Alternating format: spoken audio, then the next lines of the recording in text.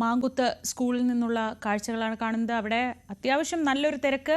ഈ 7 മണിക്ക് ആദ്യ ഘട്ടം, വോട്ടിൻ്റെ ഏറ്റവും ആദ്യത്തെ ഘട്ടമാവുമ്പോൾ പോലും സ്ത്രീകളും പ്രായമായവരും അടക്കം നല്ല ഒരു തിരക്ക് കാണുന്നുണ്ട്. ഇത് ഈ ദിവസം മുഴുവൻ നീണ്ടു നിന്നാൽ ഒരു പക്ഷേ മുന്നണികൾക്കത് വലിയ പ്രതീക്ഷ നൽകുന്ന കാര്യമാണ്. വീട്ടിക്കുത്ത് LP സ്കൂളിൽ അനുമോദുണ്ട്. അനുമോദ്, ഇപ്പോൾ നമ്മൾ അരുണുള്ള സ്കൂളിൽ കാണുന്നത് നല്ല തിരക്കുണ്ട്, അത്യാവശ്യം വലിയ ക്യൂ, ഇപ്പോൾ തന്നെ ക്യൂ ഒക്കെ രൂപപ്പെട്ടിട്ടുണ്ട്. എന്താണ് അവിടുത്തെ അവസ്ഥ?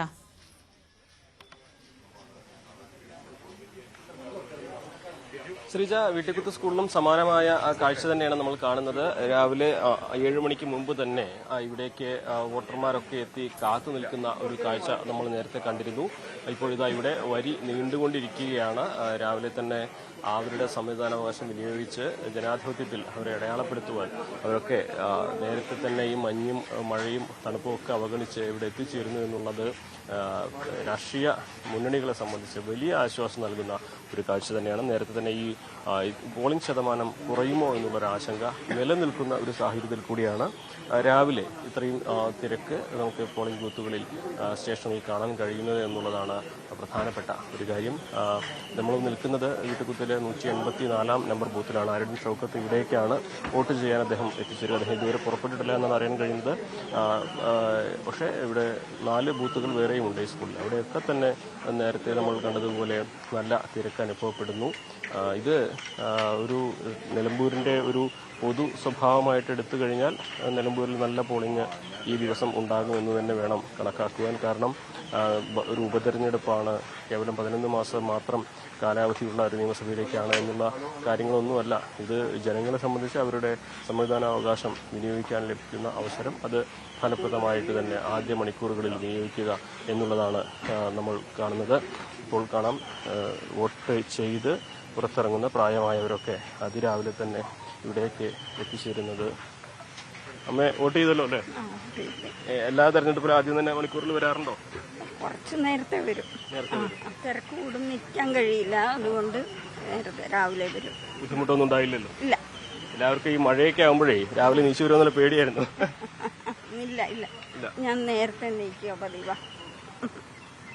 അതാണ് ഈ കാലാവസ്ഥയൊന്നുമല്ല പ്രശ്നം. വോട്ട് ചെയ്യാനുള്ളത് അവരുടെ അവകാശമാണ്. അത് സ്വാഭാവികമായിട്ടും ആദ്യ മണിക്കൂറുകളിൽ തന്നെ നിർവഹിക്കുക എന്നുള്ളത് ജനാധിപത്യത്തിൻ്റെ ഒരു അടയാളപ്പെടുത്തലായിട്ട് തന്നെ കാണാം. നമുക്ക് ഇവിടെ വഴി നീണ്ടുകൊണ്ടിരിക്കുന്ന എല്ലായിടത്തും ആളുകൾ കൂടുതൽ വോട്ട് ചെയ്യാൻ എത്തിച്ചേരുന്നു എന്നുള്ളതാണ് ഈ ആദ്യ മണിക്കൂറിൽ നമ്മളിവിടെ കാണുന്ന ഒരു കാഴ്ച. എത്രമാത്രം പ്രധാനമാണ് ഈ ഒരു ഉപതെരഞ്ഞെടുപ്പ് എന്ന് നമുക്കറിയാം. ഇത് കേവലം ഒരു ഉപതെരഞ്ഞെടുപ്പ് മാത്രമായിട്ടല്ല, അടുത്ത നിയമസഭാ തെരഞ്ഞെടുപ്പിലേക്കുള്ള ഒരു ചൂണ്ടുപലകയുമായിട്ടാണ് ഈ ഒരു ഉപതെരഞ്ഞെടുപ്പിനെ കാണേണ്ടത്. ഈ തെരഞ്ഞെടുപ്പിൻ്റെ ഫലം അതെന്ത് തന്നെയാണെങ്കിലും അടുത്ത വർഷം നടക്കാനിരിക്കുന്ന നിയമസഭാ തെരഞ്ഞെടുപ്പിനെ സ്വാധീനിക്കും. നിലവിലെ സാഹചര്യത്തിൽ നിയമസഭാ തെരഞ്ഞെടുപ്പിന് മുമ്പ് ഇനി മറ്റൊരു ഉപതെരഞ്ഞെടുപ്പ് ഉണ്ടാവുകയില്ല. അതുകൊണ്ട് തന്നെ ഈ ഒരു ജനവിധി അത് വളരെ നിർണായകമാണ്. 9 വർഷം നീണ്ടു നിൽക്കുന്ന അല്ലെങ്കിൽ രണ്ടാം പിണറായി സർക്കാരിനെ വിലയിരുത്തുവാനുള്ള ഒരു തീർച്ചയായും നമുക്ക് രാവിലെ ദൃശ്യങ്ങളിൽ കാണാം. വലിയ ക്യൂ അനുഭവപ്പെടുന്നുണ്ട് മിക്ക പോളിംഗ് സ്റ്റേഷനുകളിലും. 263 പോളിംഗ് സ്റ്റേഷനുകളാണ്. 2,32,381 വോട്ടർമാർ. നീണ്ട നിരയുണ്ട്. കാലാവസ്ഥ ചില സ്ഥലങ്ങളിലൊക്കെ ചെറിയ തോതിൽ മഴ ഉണ്ടെങ്കിൽ പോലും കാലാവസ്ഥ പൊതുവെ അനുകൂലമാണ് എന്ന നിലയിൽ തന്നെയാണ് ഇപ്പോൾ കാര്യങ്ങൾ എന്ന് വേണം മനസ്സിലാക്കാൻ. പോളിംഗ് ശതമാനം 2011 77.79 ആയിരുന്നുവെങ്കിൽ 2016 78.67 2021 അത് 76.81 എന്ന നിലയിലാണ് പോളിംഗ് ശതമാനം. ഏതായാലും രാവിലെ മുതൽ തന്നെ വലിയ ക്യൂ അനുഭവപ്പെടുന്നുണ്ട്. 75% മുകളിൽ പോളിംഗ് പോകും എന്നുള്ള വിലയിരുത്തലിലാണ് മുന്നണികളും മറ്റും. രാവിലെ മുതൽ തന്നെ പ്രധാനപ്പെട്ട സ്ഥാനാർത്ഥികളെല്ലാം അവരവരുടെ ബൂത്തുകളിൽ എത്തി പോളിംഗ് രേഖപ്പെടുത്തി മടങ്ങാനുള്ള തയ്യാറെടുപ്പിലാണ്. ആര്യാടൻ ഷൗക്കത്തുണ്ട്. സ്വരാജ് പോളിംഗിന് ആര്യാടൻ ഷൗക്കത്ത് നിലമ്പൂർ വീട്ടിക്കുത്ത് ഗവൺമെൻറ് LP സ്കൂളിലെ 184 നമ്പർ ബൂത്തിലാണ് വോട്ട് ചെയ്യുക.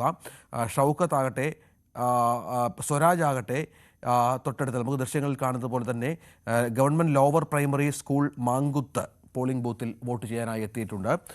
BJP സ്ഥാനാർത്ഥി മോഹൻ ജോർജും വോട്ട് ചെയ്യാനായി അല്പസമയത്തിനകം എത്തും. രാവിലെ 10 മണിക്കാണ് അദ്ദേഹം എത്തുക. Marthoma higher secondary school 148 number ബൂത്താണ് അവിടെ എത്തിച്ചേരും. CB Anumod, VV Arun, MS Saneesh Kumar എന്നിവർ ഏറ്റവും പുതിയ വിവരങ്ങൾ പങ്കുവെക്കുന്നുണ്ട്. നമുക്ക് ആദ്യം മറ്റ് പ്രധാന തലക്കെട്ടുകൾ എടുത്തു പോകാം.